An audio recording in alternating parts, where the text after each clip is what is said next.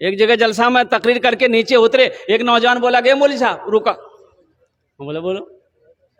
बोला अभी आप तकरीर करे कि माँ बाप के कदमों के नीचे जन्नत है। हमने कहा कि हाँ, हुजूर की हदीस है, अल्लाह के नबी इरशाद फरमाते हैं कि माँ के कदमों के नीचे जन्नत है। बाप जन्नत के दरवाजों में से एक बीच का दरवाजा है। कौन सा दरवाजा है? हाँ, बाप जन्नत के दरवाजों में से एक बीच का दरवाजा है। तो नौजवान बोला कि बात समझ में आ गई, हमारा सवाल ये है, ठीक है माँ बाप के कदमों के नीचे जन्नत है, लेकिन मेरा पूछना ये है कि सास ससुर के कदम के नीचे कुछ है कि नहीं है? क्या है? समझ गए? तो हमने कहा कि क्या है, ब्याह कर इल है कि? बोले नहीं भेलोज गए। हम बोले बेटा तुम्हारे पूछने का अंदाज, उसका सवाल का जवाब मेरे पास है। बोला जल्दी बताइए। हम बोले सास ससुर के कदम के नीचे भी है। बोला क्या है, जल्दी बताइए। हम बोले थपाची गाड़ी है, वॉशिंग मशीन है, कूलर है, पंखा है, बर्तन है, हड़िया है, लोटा है, थाली है। अरे और क्या मिलेगा? सास ससुर के कदम के नीचे यही नहीं मिलेगा?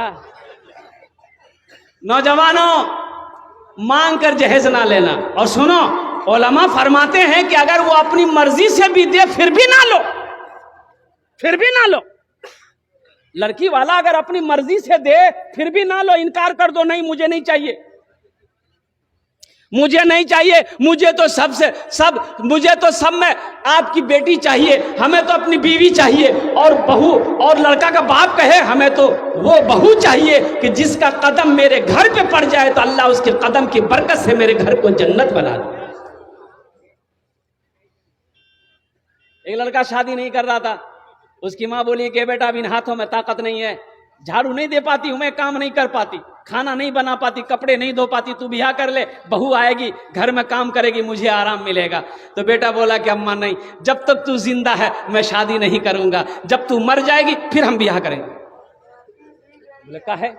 बोला इसलिए कि बीवी आएगी, झगड़ा होगा, सास बहू में झगड़ा होगा, ये मुझे बर्दाश्त नहीं है कि मेरी माँ से कोई झगड़ा करे। कुछ दिन और गुजरे, माँ बोली कि बेटा आप बर्दाश्त नहीं हो रहा, तू कर ले। बोले ठीक माँ, देख अगर आप चाहते तो देख लीजिए। माँ एक लड़की को चुनी, पसंद की, पढ़ी लिखी लड़की, ब्याह करके ले आए। और लड़की क्या माशाअल्लाह 10 बजे सुबह उसकी नींद खुलती थी। अब बुढ़िया भोरे उठ के नमाज पढ़ के झाड़ू देना, बर्तन धोना, नाश्ता बना के पलंग पे ले जाके देना। वो उठती थी, मार इधर से बरस, मार इधर से बरस करके नाश्ता खा के फिर पलंग में किताब लेके बैठ जाती थी। जब 2-4 दिन हो गया तो उसका बेटा को बोला कि हम उसको बोलो ना, अरे ना काम न करेगी, तुमको आराम करने के लिए नहीं ब्याह किया हम।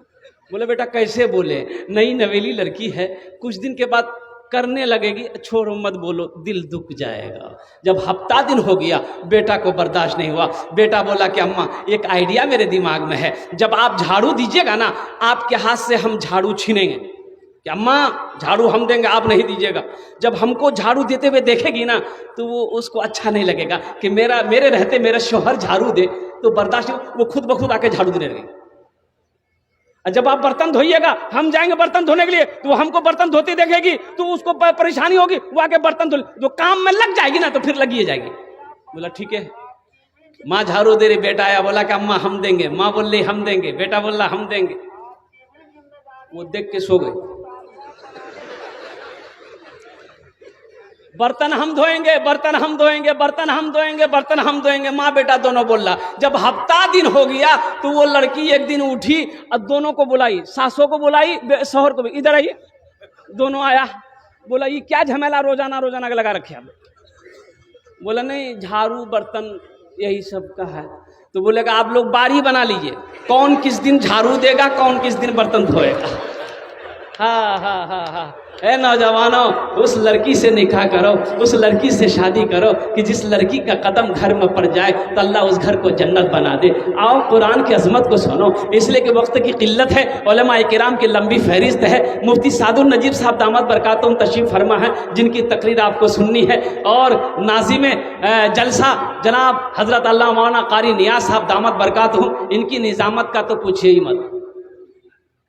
वक्त तो हजरत ने दिया नहीं है, लेकिन मैं इनका वक्त जानता हूं अल्हम्दुलिल्लाह। हाँ अच्छा, इंशाल्लाह बाद में सब तकरीर अब ये सुना देंगे तो चंदा कब लेंगे हम? पहले चंदा कर ले फिर सुनाएंगे। बैठ जा बेटा, बैठ जा। अजमत कुरान क्या है, कुरान क्या है और कुर्बान जाई। हजरत मुआज बिन जबल रदी अल्लाह ताला अन्हु बड़े जलील कद्र साहबी हैं। अल्लाह के नबी यमन भेज रहे हैं गवर्नर बनाकर, हाकिम बनाकर। ओ मुआज ऊंट पर सवार हो जा। अल्लाह के नबी तशरीफ फरमा है। हजरत मुआज ने ऊंट को इशारा किया, बैठ जा। ऊंट बैठा है। हजरत मुआज ऊंट पर सवार हो गए। ऊंट खड़ा हुआ, चलना शुरू किया। अल्लाह के नबी ने ऊंट के मुहार को पकड़ा। आगे आगे अल्लाह के नबी जा रहे हैं, ऊंट भी पीछे पीछे जा रहा है। उस ऊंट पर अल्लाह के रसूल जनाब मोहम्मद रसूलुल्लाह सल्लल्लाहु अलैहि वसल्लम का सहाबी हजरत मुआज बैठे। तो हजरत मुआज लरस गए, कहते हैं या रसूल अल्लाह, मेरे माँ बाप आप पर कुर्बान। या हबीब अल्लाह, ये बेअदबी है। आप मेरे आका हैं, आपका मैं गुलाम हूं, मैं ऊंट पर सवार हूं, आप पैदल चले, ये बर्दाश्त नहीं होगा। तो अल्लाह के नबी ने इरशाद फरमाया, ए मुआज बैठा रहा। सुभान अल्लाह बोले ना, माशाअल्लाह। ए मुआज बैठा रहा, मैं तुम्हारी इज्जत नहीं कर रहा हूं। ए बेटा,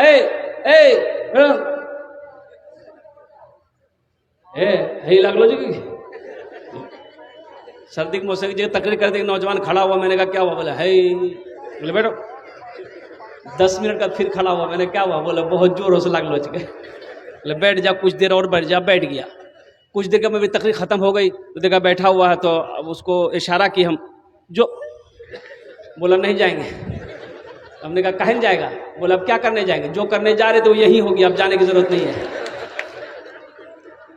मुआज बैठा रहा।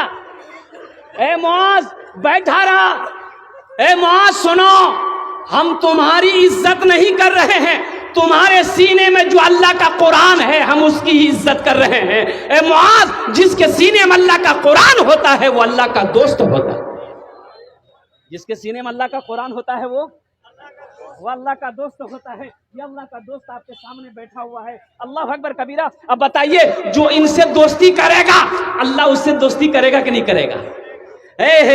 यो इनसे दोस्ती करेगा, जो इनसे मोहब्बत करेगा, हाफिज कुरान से जो मोहब्बत करेगा अल्लाह उससे मोहब्बत करेगा। और अल्लाह जिससे मोहब्बत करेगा वो जन्नत के अंदर में दाखिल हो, वो जन्नत के अंदर में दाखिल होगा। हाफिज कुरान का बड़ा मकाम है, हशर का मैदान होगा। हजरत मुआज फरमाते हैं, अल्लाह के नबी इरशाद फरमाते हैं कि मुआज, जिसका बेटा हाफिज कुरान हो गया, एक जमात होगी हशर के मैदान में, जिसके सिर पे पगड़ी पगड़ी ताज होगा, खूबसूरत ताज। तो अहले महशरियों पूछेंगे अल्लाह के फरिश्तों से कि भाई ये जो जमात है, ये जो टोली है, जमात है, ये लोग कौन है? अंबिया हैं, सालिहीन हैं, सिद्दीकीन हैं, शुहदा हैं, कौन है? तो अल्लाह के फरिश्ते जवाब देंगे, नहीं नहीं नहीं, ये जो जमात देख रहे हैं, जिनके सर पे ताज है, जिनके सर पे पगड़ी है, जिसके सर पे ऐसा ताज है कि जिसकी रोशनी सूरज की रोशनी फीकी पड़ जाए उसके सामने में, ये वो लोग हैं जिनका बेटा दुनिया के अंदर में हाफिज कुरान हुआ है। अल्लाह ने उसके बाप को आज ताज पहनाया है। और कुर्बान जाओ, तो वो लोग हसरत से कहेंगे, काश दुनिया में हम भी अपने बेटे को हाफिज कुरान बनाए होते, आलिम दीन बनाए होते, तो आज अल्लाह ताला हमें भी ताज पहनाए। अल्लाह ताला आज मुझे भी ताज पहनाता। तो अल्हम्दुलिल्लाह सुम्मा अल्हम्दुलिल्लाह। एक अमल है अल्हम्दुलिल्लाह। अगर मैं बोलूं तो इंशाअल्लाह भाई अल्लाह के खजाने में किसी चीज की कमी है? बोलिए बोलिए बोलिए बोलिए। अल्लाह के खजाने में किस कमी है? नहीं है। और इन्नल्लाह अला कुल्ले शैइन कदीर, मेरा अल्लाह हर शे पे कादिर है। मेरा अल्लाह जो चाहता करता है, मेरा अल्लाह जो चाहेगा करेगा। और कुर्बान जाओ, एक अमल है, अगर मैं बताऊं तो कितने लोग करेंगे कि जो मकाम हाफिज कुरान के बाप को अल्लाह अता फरमाएगा, शायद वही मकाम इस अमल करने वाले को भी अल्लाह अता फरमा दे। अल्लाह तबारक व तआला तो हशर के मैदान में बहाना ढूंढेगा कि मेरा बंदा जन्नत के अंदर में कैसे चला जाए। तो इंशाअल्लाह अगर वो अमल बताऊं, कितने लोग करेंगे? जरा हाथ उठाएं, इंशाअल्लाह मैं दुआ करूंगा। अल्हम्दुलिल्लाह हजरत बैठ जाइए थोड़ी देर, बैठ जाइए। वो अमल क्या है? आज अल्लाह ने अगर आपको दौलत दिया है, आज अल्लाह ने अगर आपको पैसा दिया है, आज अगर अल्लाह ने आपको माल दिया है, कितने बच्चों की दस्तारबंदी हुई भाई कितने बच्चों की दस्तारबंदी हुई? बोलिए। 13 बच्चों की हुई। ज्यादा नहीं। अल्लाह ने दौलत दिया है, अल्लाह ने माल दिया है, अल्लाह ने पैसा दिया है, अल्लाह ने जमीन दिया है, अल्लाह ने सोना दिया है, अल्लाह ने चांदी का मालिक बनाया है। आज मौका है, मेरा बेटा बड़ा हो गया, मेरा बेटा जवान हो गया, अब हम अपने बेटे को न आलिम बना सकते हैं, न हाफिज कुरान बना सकते हैं, लेकिन सुनो, इंशाअल्लाह रहमत का दरवाजा अब भी खुला हुआ है, आपके हाथ में अब भी चाबी मौजूद है। तो मौका है। मेरे पास पैसा है, क्यों ना अपने पैसे से गरीब बच्चे को हम हाफिज कुरान बना दे। सुभान अल्लाह बोले तो माशाअल्लाह। एक बच्चे को हाफिज कुरान बना दो, एक बच्चे को आलिम दिन बना दो, अपना पैसा खर्चा करके। वो बच्चा हशर के मैदान में उस वक्त तक जन्नत में नहीं जाएगा जब तक आपके हाथों को पकड़कर जन्नत के अंदर में दाखिल नहीं कर। एक बच्चे को मदरसे में पढ़ाने का खर्च, एक महीना खर्च 500 रुपया है। एक बच्चा ज़हीन है, तेज है, 2 साल में हाफिज कुरान बन जाता है, तो 2 साल का कितना खर्चा हुआ? 500 रुपया महीना, 2 साल का कितना हुआ? 12,000 रुपया। 12,000 में 2,000 छुट्टियों के निकाल दिए, कितने बचे? 10,000 रुपया। भाई इतना बड़ा मजमे के अंदर में मुझे 13 आदमी चाहिए इंशाअल्लाह। और मुझे अल्लाह की ज़ात पे उम्मीद है, ये सखी लोगों का इलाका है, ये फैयाज लोगों का इलाका है, ये दानी लोगों का इलाका है, ये अल्लाह अकबर कबीरा झोलियों को भरने वालों का इलाका है। वो इलाका है चिकनी गरैया की सरजमीन है, ये मटियारी की सरजमीन है। अल्लाह अकबर कबीरा, जहाँ बड़े बड़े पैसे वाले यहाँ पर बैठे हैं, जमींदार यहाँ पर बैठे हैं, सोने चांदी के मालिक यहाँ पर बैठे हैं। इंशाअल्लाह आइए, अल्लाह का अगर आप तौफीक दिया है, अल्लाह ने दौलत से नवाजा है, तो इंशाअल्लाह 13 बच्चे हुए हैं, 13 आदमी खड़े हो जाइए। अपने माँ बाप के नसीब से दोहरा सवाब मिलेगा। अगर आप अपने माँ बाप के नाम से अगर ये इसालो सवाब का काम करते हैं तो कुर्बान जाओ। ये मदरसा शमसुल उलूम कयामत तक इस धरती पर कायम रहेगा। अल्लाह आपके माँ बाप को कब्र में सवाब अता फरमाता रहे।